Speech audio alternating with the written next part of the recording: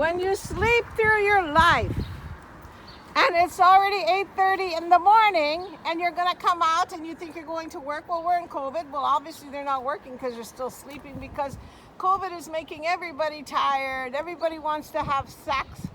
Okay, this huge tree, which is I don't know how old, the wind was blowing. As you can see, the wind is still blowing because you can see how the wind is blowing. You see the wind is blowing? Well, it just decided, I'm going to fuck you people up.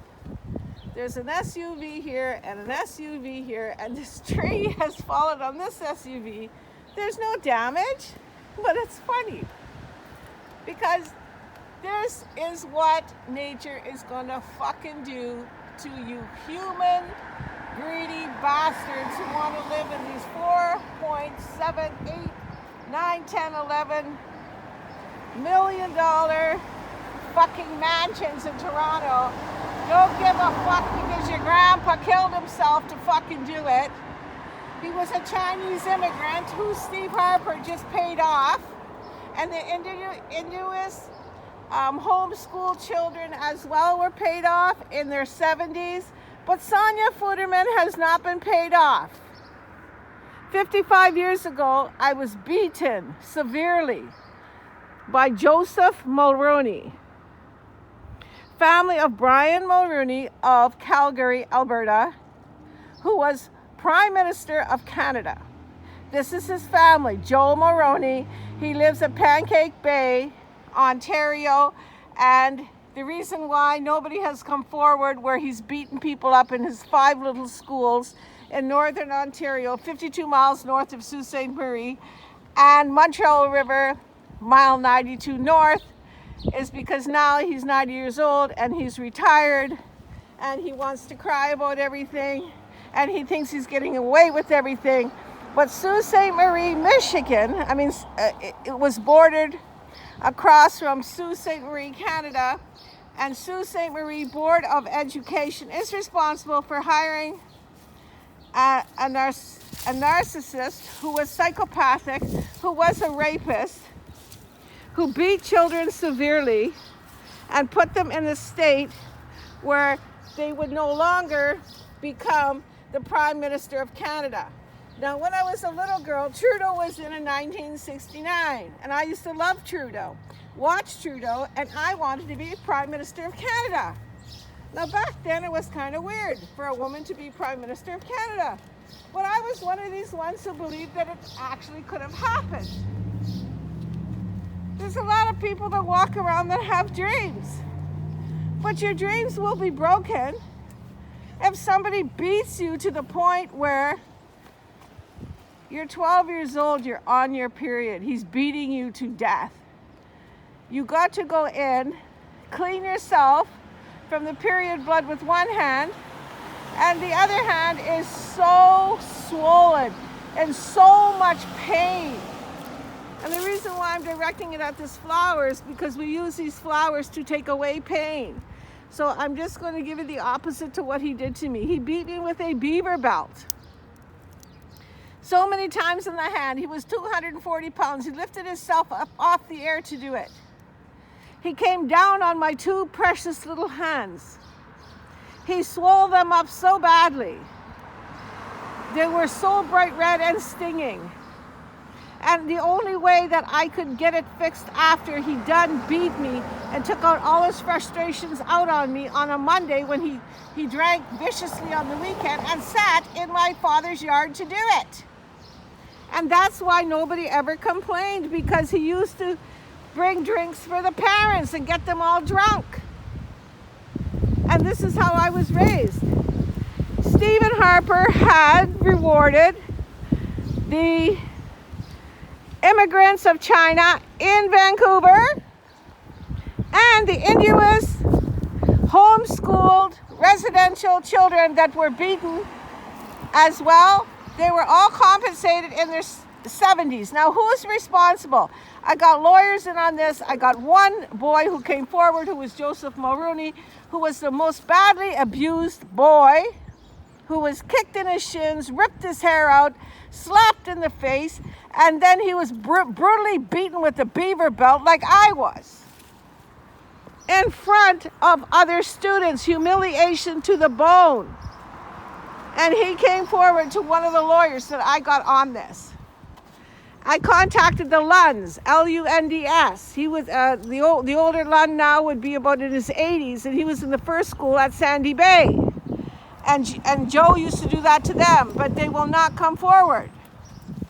I contacted the Laflamboises. They will not come forward. Mario Laflamboise was one who was beaten, and Joe even ran him to his house 5 miles through the bush to chase this kid, and his father stood there and said, "What do you want with my son?" And the father did not do anything because it was a little country school, and we were nestled in a place called Montreal River.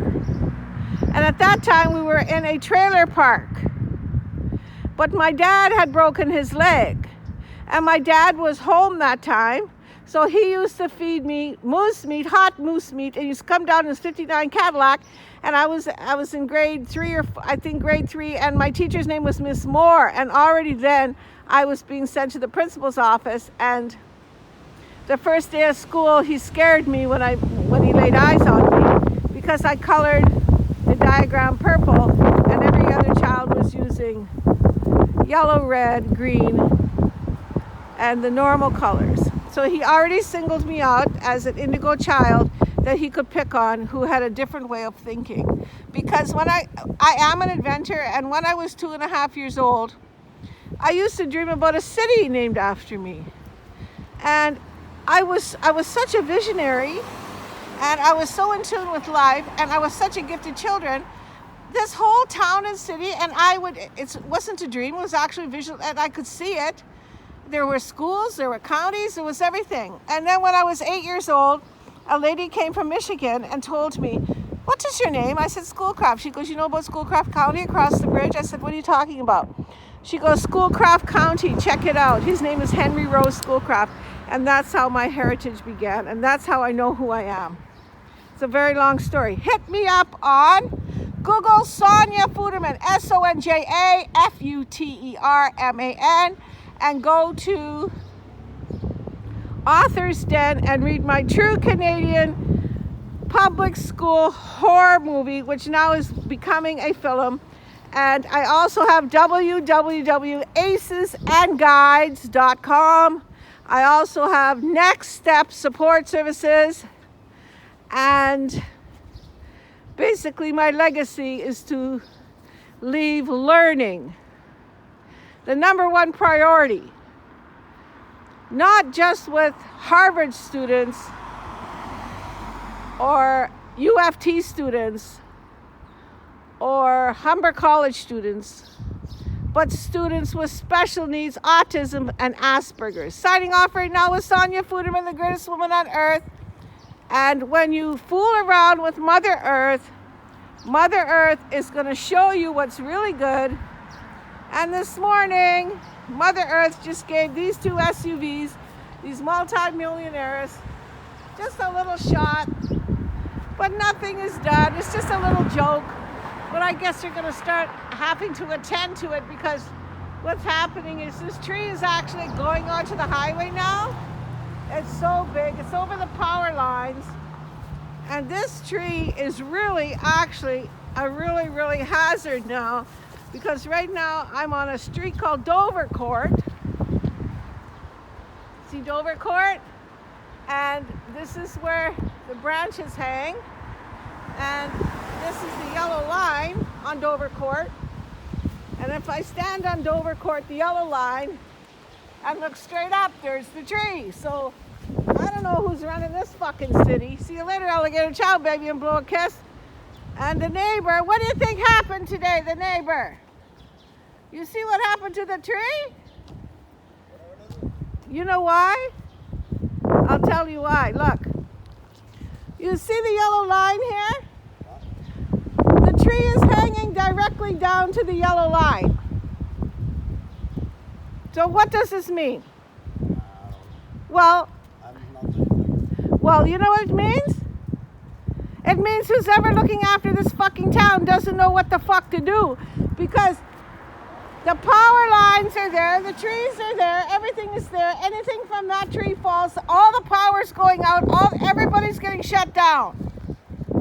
Canada is a stupid country because they're looking after immigrants and not looking after their own people. Bye-bye. See you later.